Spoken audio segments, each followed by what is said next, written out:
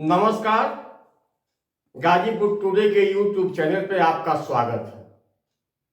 आज माननीय supreme court ने इलेक्टोरल बॉन्ड पे एक ऐतिहासिक फैसला दिया है। सुप्रीम कोर्ट ने अपने फैसले में कहा है कि इलेक्ट्रॉनिक बॉन्ड एक अवैध कार्य है और सूचना के अधिकार का भी उल्लंघन है। सुप्रीम कोर्ट ने इलेक्टोरल बॉन्ड खरीदने वालों का पूरा विवरण स्टेट बैंक ऑफ इंडिया से सार्वजनिक करने को कहा है और वहीं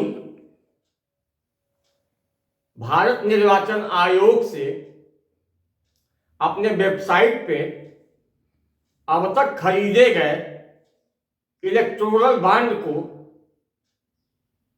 खरीदने वालों का नाम सार्वजनिक करने का भी निर्देश दिया है। आइए आगे की वीडियो में हम देखते हैं कि इलेक्टोरल बॉन्ड पे लेकर के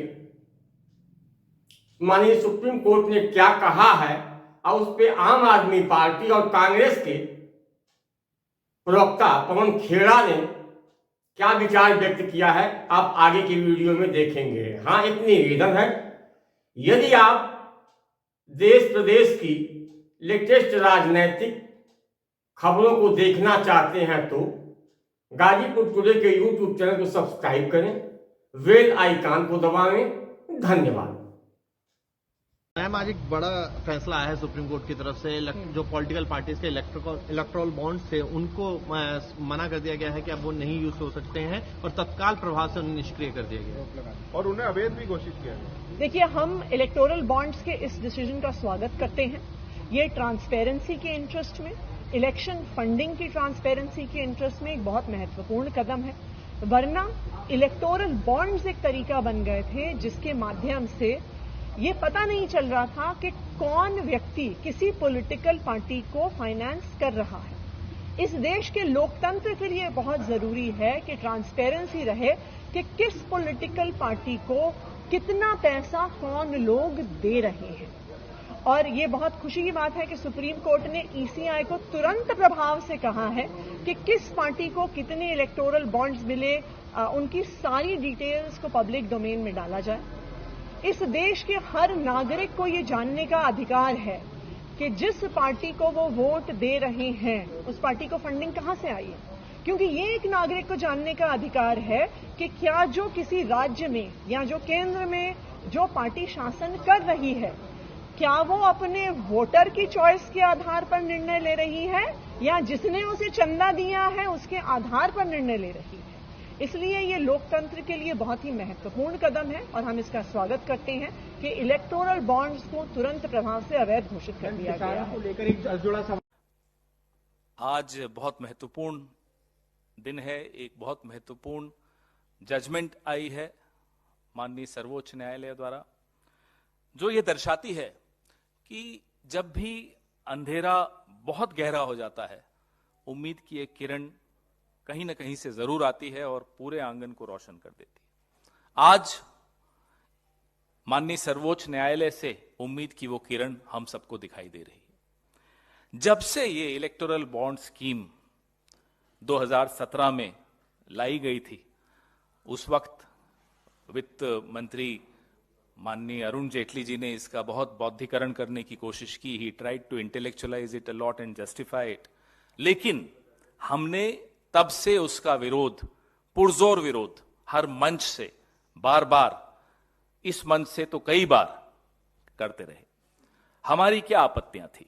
हमारी आपत्तियां बहुत स्पष्ट थी कि ये अपारदर्शी है, इससे भ्रष्टाचार को बढ़ावा मिलेगा, इससे काला धन सफेद हो जाएगा, इससे जो रूलिंग पार्टी है, जो सत्तारूढ़ दल है, सारा लाभ उसको मिलेगा और एक ऐसा अनकहा अनदेखा रिश्ता स्थापित हो जाएगा सत्तारूढ़ दल का और कंपनियों का। जो कंपनियां इन इलेक्टोरल बॉन्ड्स को खरीदेगी उनको क्या लाभ दिया जाएगा, ये तमाम सवाल हम इस मंच से बार बार उठाते रहे।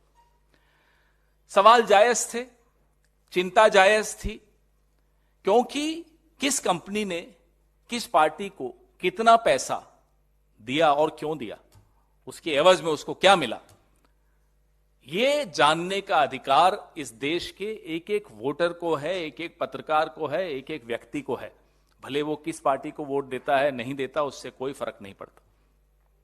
और उस अधिकार की रक्षा के लिए कांग्रेस पार्टी तत्पर है। इकलौती पार्टी जो 2017 से लेकर आज तक लगातार इस मुद्दे पर बहुत प्रबल आवाज में बोलती आई है। हमारी मांग है, यह सीधा सीधा भ्रष्टाचार का मामला है और इस भ्रष्टाचार के मामले में सीधे सीधे प्रधानमंत्री खुद शामिल हैं। ऐसे कई खोजी पत्रकारों ने फाइल की नोटिंग्स तक सार्वजनिक की हैं, आप सबके सामने हैं, मैं भी आपसे साझा करूंगा, जिसमें चुनाव आयोग हो, वित्त मंत्रालय हो, लॉ कमीशन हो, लॉ मिनिस्ट्री हो, इन सबने अपने अपने स्तर पे जिनकी जमीर जिंदा है उन अधिकारियों ने फाइल नोटिस में अपना विरोध दर्ज किया था। उस विरोध को नजरअंदाज करते हुए किस तरह से ये थोपी गई इलेक्टोरल बॉन्ड स्कीम इस देश पर, यह हम सब ने देखा। आज प्रधानमंत्री एक्सपोज हो गए हैं, बेनकाब हो गए हैं, उनका भ्रष्टाचार बेनकाब हो गया। ये भ्रष्टाचार मैं कहूं, बचते हुए कह दूं कि भाजपा का भ्रष्टाचार है, ये इलेक्टोरल करप्शन है, ये सब मुझे लगता है लाग लपेट की बात होगी। ये सीधा सीधा प्रधानमंत्री द्वारा किया गया एक भ्रष्टाचार है, जिसको कानूनी जामा पहनाने का प्रयास किया गया। मनी बिल लाकर आपने मनी का इंतजाम कर दिया विधायक खरीदने के लिए, कोयले की खदान देने के लिए, हवाई अड्डे देने के लिए, अपने मित्रों को उपकृत करने के लिए।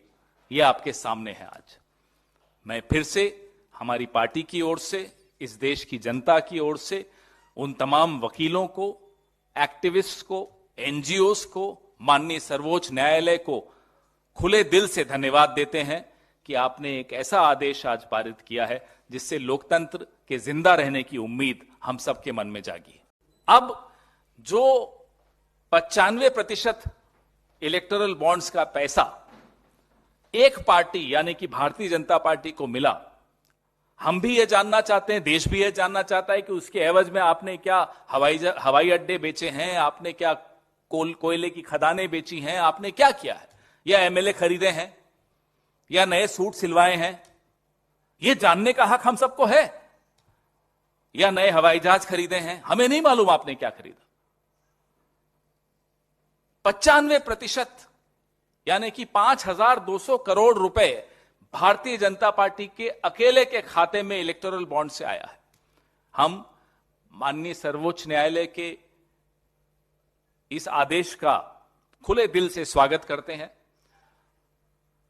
और हम ये मांग दोहराते हैं कि SBI, state bank of India, उस तमाम जानकारी को सार्वजनिक पटल पर रखे जिससे कि जनता को यह मालूम पड़े किसने कितना पैसा किसको दिया।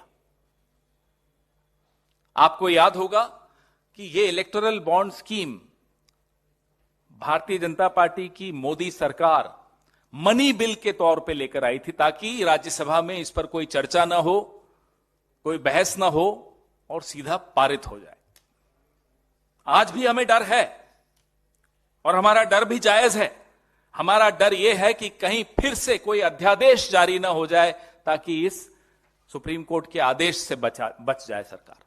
यह डर हमारा जायज है। इस डर को हम आपके साथ साझा कर रहे हैं।